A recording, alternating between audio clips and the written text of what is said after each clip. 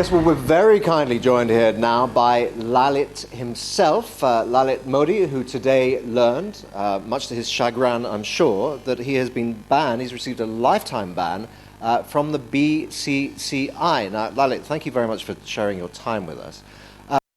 The first and inevitable question, what's your reaction to that decision? I mean, the reaction, I expected the ban, so to me, I had already got myself to be knowing that I'm going to be banned. It's sad for the day of cricket because it shows that the BCCI is least concerned about the integrity of cricket. They would rather ban me and go out, and basically people who are doing wrong to the IPL and to the cricket, they will go all along with them. But this is a cozy club. I'm being banned. It's not something that I'm going to be running away from. I'm going to be here. I'm going to be fighting them. And it gives me more of a resolve to go after them. I think the fans around the globe deserve to have the game of cricket be clean. And I think Indian cricket needs cleansing. And I think the BCCI is going to be the target for me as far as I'm concerned. And I'm happy to continue to fight them.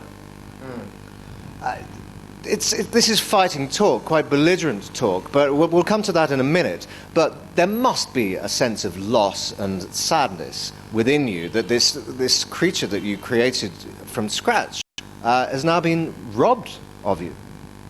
See, I'm the architect of it. I single-handedly put it up, and nobody can take that away, even if they tried. My name is married to the IPL, and I'm happy about that. It was a dream. It was a difficult dream, and I realized the dream. Not many people in their lifetimes realize the dream. So I'm extremely grateful that I was given the opportunity by the BCCI to realize the dream. It was something that I always wanted.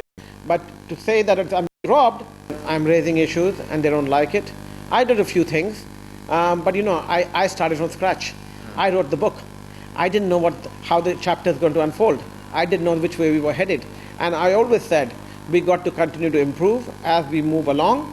We got to improve, and every year we innovated and we improved. What's happening now is it's going into stagnation. They are actually cutting back, and instead of improving, they're going backwards. So, but I hope for the game. I think it's a great product. I think people around the world have embraced it. It's not easy to launch a new brand or let alone a league. It's a difficult proposition, but I hope the BCCI gets the act together. In terms of launching the IPL, nothing. I would have kept it the way it is. In fact, the way we conceived it, the way we did it, I don't think we could have done it better. What I would have done and changed is tighten the rules going forward, and as we learnt more, make it more open and transparent. What I would have liked to do is make the owners, all the owners of the team, responsible for running the game. And I would have liked to see, like in the NFL, all the owners sit on the table and actually take a collective decision for the good of the game and for the good of the league. And that's what I was hoping to get to, and that was the plan. But I don't think the BCCI is going to be too happy giving up control over one of the most profitable leagues in the world. As part of their judgment, they accused you in black and white of serious financial impropriety. Now, we know you've answered this question before, but come on, be straightforward with us. What do you think they're referring to here? I don't know. I don't think they know what they're referring to. The best part is this. I have generated over $8 billion for the BCCI in my 4 years of term. I don't think any cricket administrator anywhere in the world, or any sports administrator anywhere in the world, in that short period of time, has created that kind of wealth for an organization. I don't think anyone's disputing that, but that doesn't militate against this particular accusation. Absolutely right. And as far as this particular accusation is concerned, I'm dealing with it. It's in courts. I already have a clean sheet. I mean, I can't understand the people who are accusing me of arm twisting. Arm twisting on what?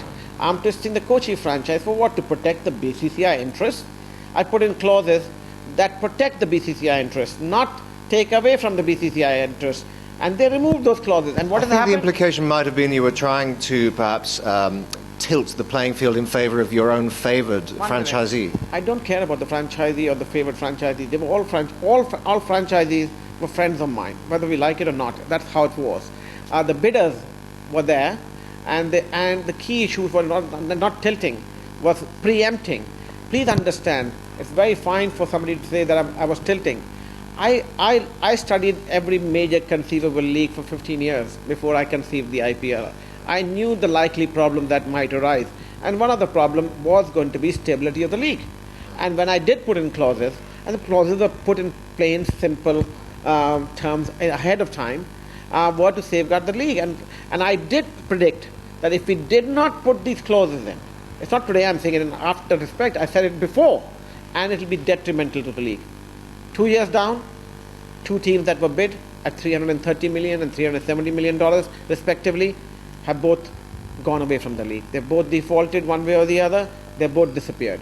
And if we had the bank guarantees in place, which I did have, they would be still in there. The BCCI revenues would be intact. We lost $700 million already out there.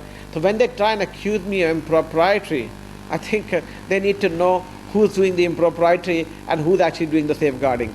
Okay, well, let's analyse this allegation in greater depth. We'll leave the financial side to one side for a moment. The other word they need to define indiscipline. It's very easy. How would you define it? I define it if I'm not listening to my colleagues and cozying up to them and their club and doing what they want is indiscipline. As far as I'm concerned, I'm creating a world-class product. Let's give an example. We moved to South Africa in 2009. The powers that be in the BCCI wanted me to do nothing in terms of marketing the product and actually said, we've already sold all the rights. Why do we need to fill the stadiums? Give away the tickets free. I said we are in an adverse situation. If we are in an adverse situation, let's make the adversity into something that is going to come up and benefit us in the future. Let's turn this adversity forward. Let's go and market to the people of South Africa. Let's build a second market for ourselves. And let's make sure we fill the stadium. And it was critical for me, we filled the stadium with paid tickets. And that, I don't know anybody knows that, we spent probably 5 times the amount of money than we collected for tickets. It wasn't about the ticket revenue. But what do they mean by indiscipline? Indiscipline, they mean very simply that I don't toe the line. I don't toe the line that they would like me to, they'd like to dictate. And because I am toeing the line of what's good for the product and what's good for the game and not for the individuals. And that's the difference between me and them. And that's what I've always done. And my track record shows that. But what happens is if I don't cozy up to this cozy club, I'm indisciplined. I'm happy to live with that indiscipline. Now, the chief of the BCCI, Mr. Srinivasan, you once had a very close relationship with him. Do you regret what's happened between you? Not at all. He went the wrong direction. He wanted to influence decisions down the line, and we know why now. We didn't know earlier why, but we know now he's a master match fixer. And I say that again. His son-in-law has been caught fixing games. It's pointing to the whole team, because if you can get a whole team out, and he predicts the whole team is going to be out for 140, and they actually get out for 141, and large amount of bets are put on it. I mean, there is a big question mark, without doubt. The way I would look at the game now is with a question mark, and we need to clear that before anything else. I'm gone. I was already gone. I was suspended for 3 years, but I continue to still fight. They want to ban me, fine, they can ban me. Doesn't mean I'm going to stop talking, or shooting bullets back at them. I'm going to be watching, and I'm going to be watching them every day. Is there a temptation in your mind to just put this all behind you and move on? You've made money in various fields of commerce and industry. Would you perhaps look at other sports? I am looking at other sports. Wait and watch. Such as? Wait and watch. I can't tell you right now, but you'll soon hear about it. Can you give us a hint? No, I am moving on, and it's a global league. It's coming very soon, and you'll hear about it very, very soon. So when you say about moving on, yes, I have moved on. I'm not been sitting here idle. I have lots and lots of friends of mine around the world and administrators of various sports who think my talent is needed and have been working with me. Okay. What's been your family's reaction to today's decision? I think my family is very, very supportive, and they've been very, very supportive of me all through this crisis. One thing that they are extremely supportive of is my resolve, and I don't have a bending resolve. I go with what I think is right. I do not waver, and I do not backstab. Okay. Any final thoughts then in reaction to today's decision? I mean, I keep returning to this, but you must have a small kernel of sadness inside you. John, when you've got a body, which I didn't think till now was to the core corrupt, and the corruption has gone down to the very core. If you look at the southern zone, all 5 members of the southern zone have decided to align themselves with Mr. N. Srinivasan, who himself is a big liability to cricket and cricket all over. Then to me, to be sitting on the same table with those 5 people, or the rest who are supporting him, is absolutely impossible. It's not possible for me to do that. So I'm in one way happy that now I can openly go and go after them, because till now they were all colleagues and friends, and I didn't know, I thought to be stopping at Srinivasan. Well, the time has come to unravel everything and take everything out of the box and put everything in public domain now. And all the secrets will be out sooner than later.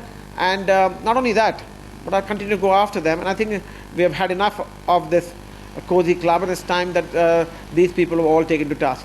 So your message is, I'm coming after you? Absolutely, without doubt. And I'm a fighter. Everybody has seen that. I'm not just going to roll away and disappear, even if I have another sport to run.